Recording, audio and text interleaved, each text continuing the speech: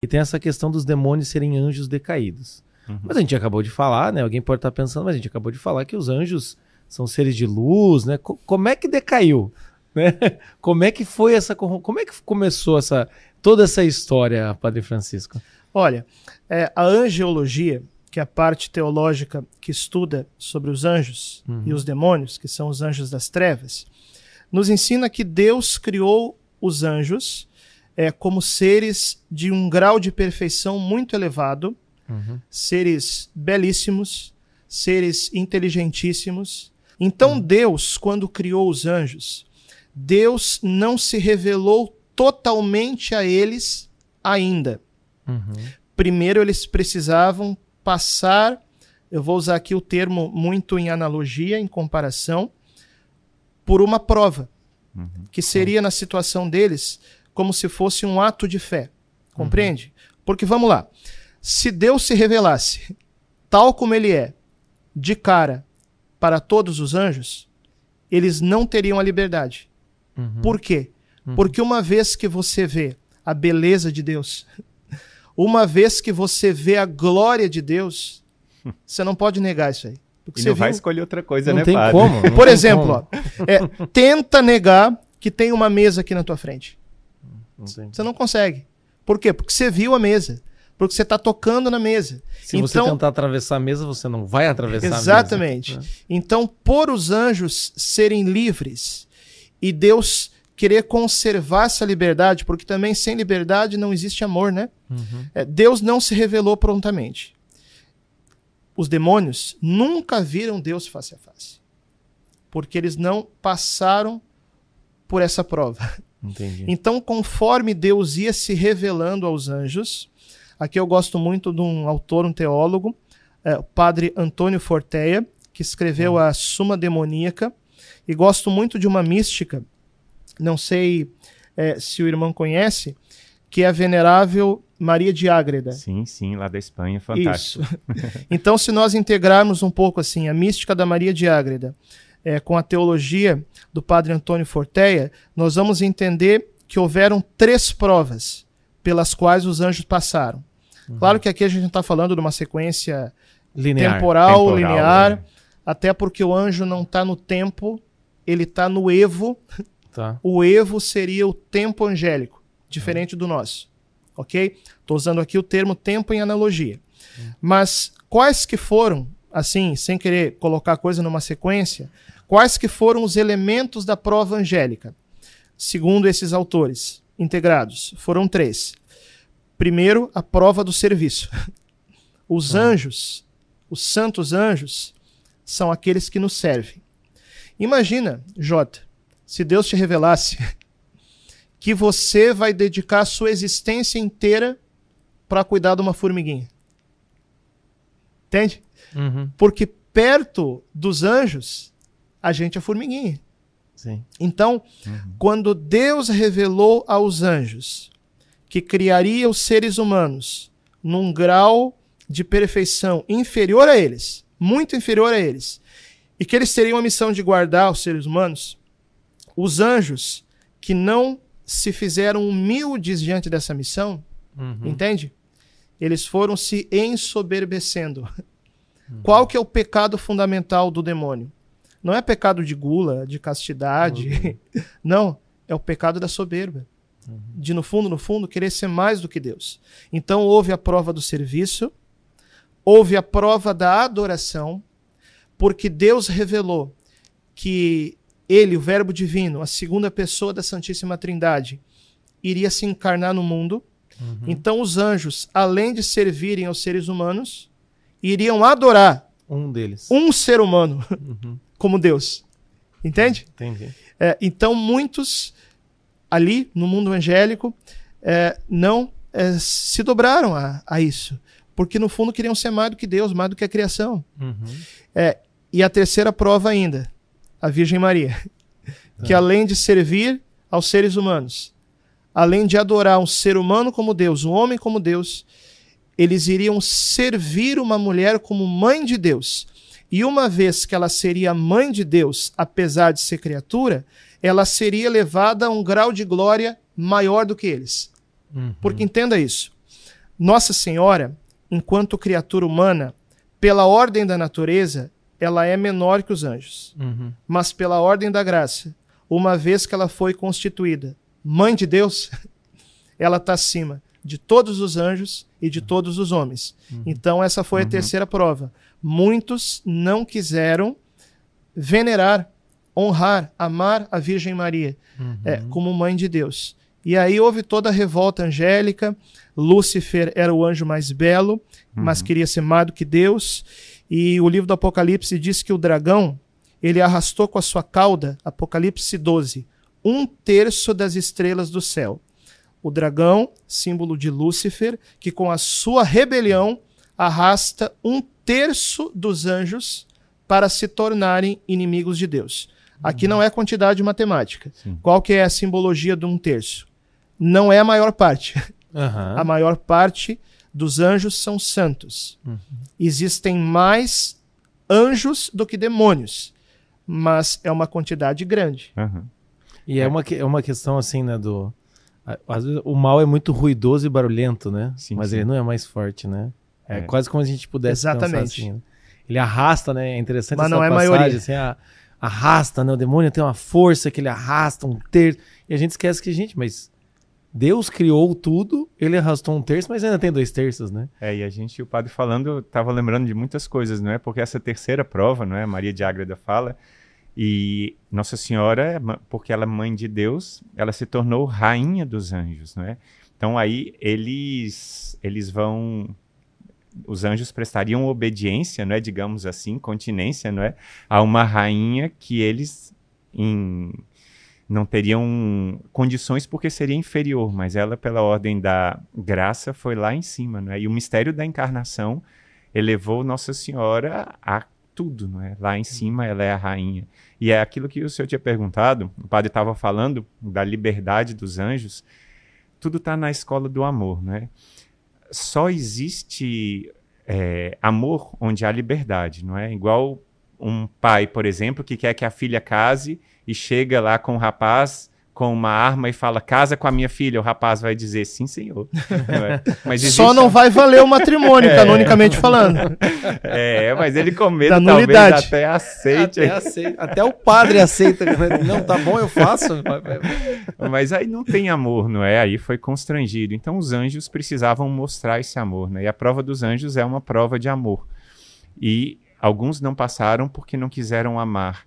E aí talvez um ensinamento para nós, não é assim?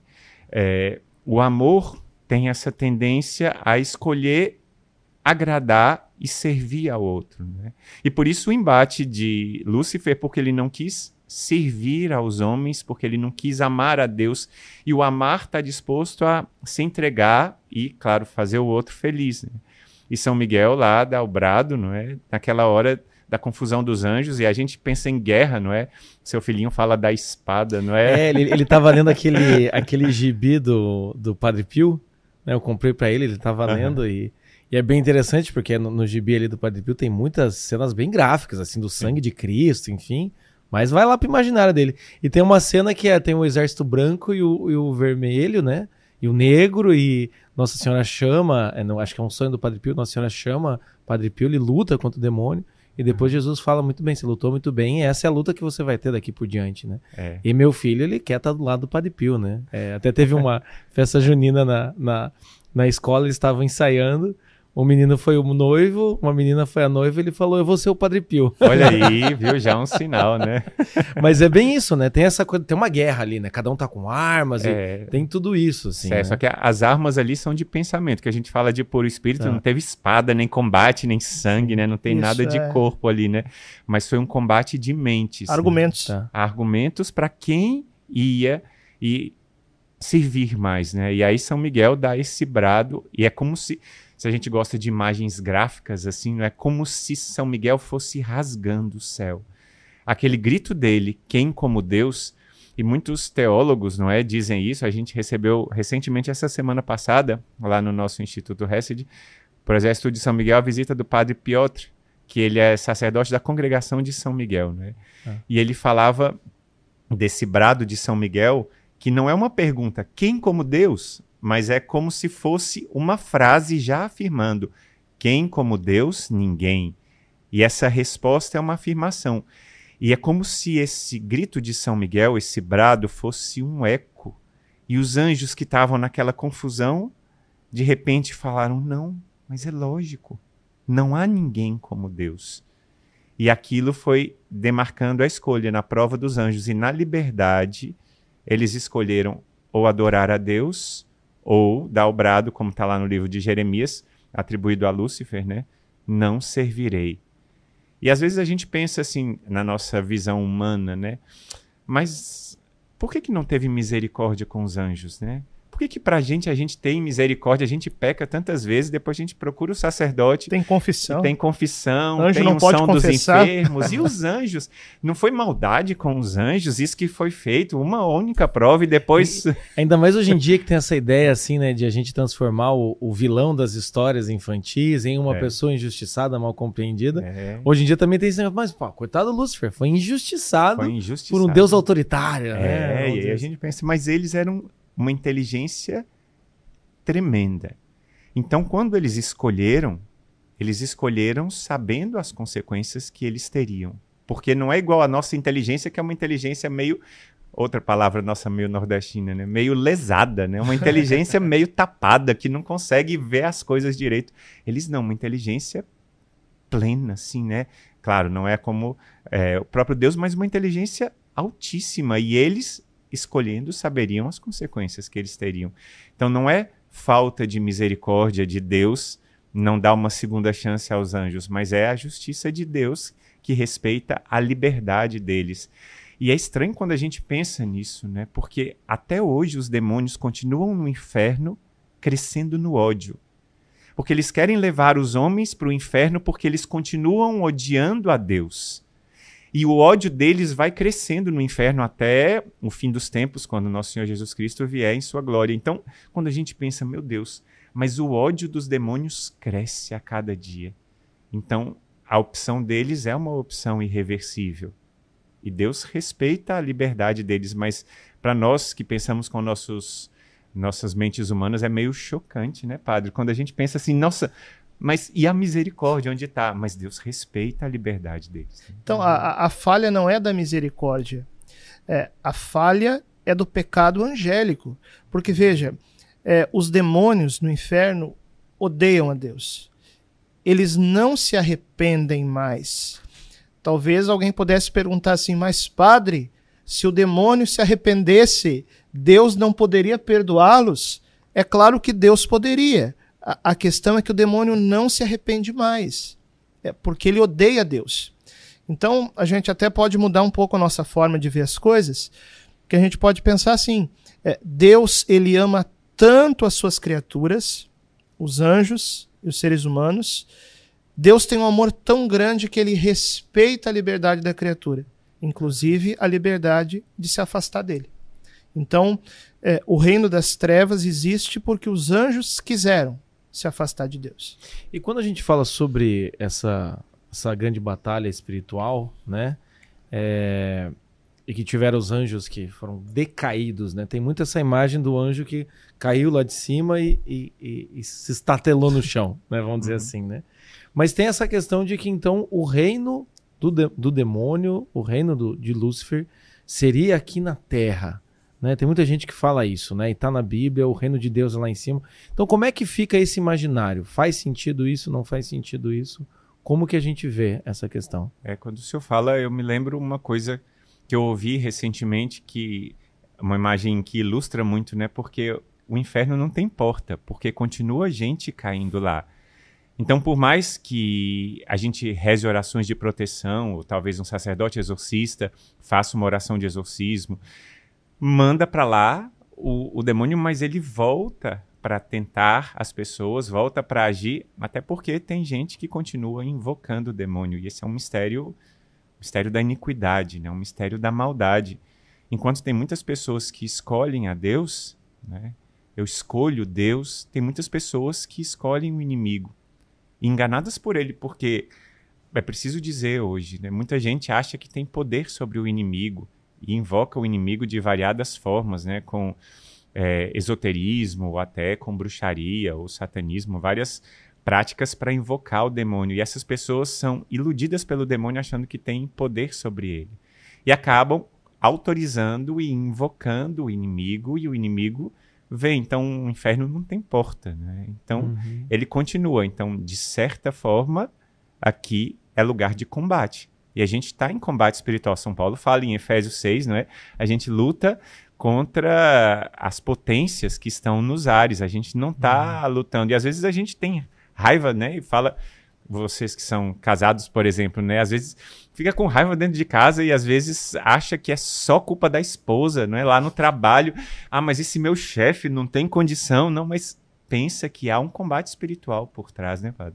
Isso, Apocalipse 12, quando fala da batalha espiritual, versículo 9 diz que o dragão, a primitiva serpente, ou seja, o demônio, Satanás, sedutor do mundo inteiro, ele foi precipitado na terra com os seus anjos.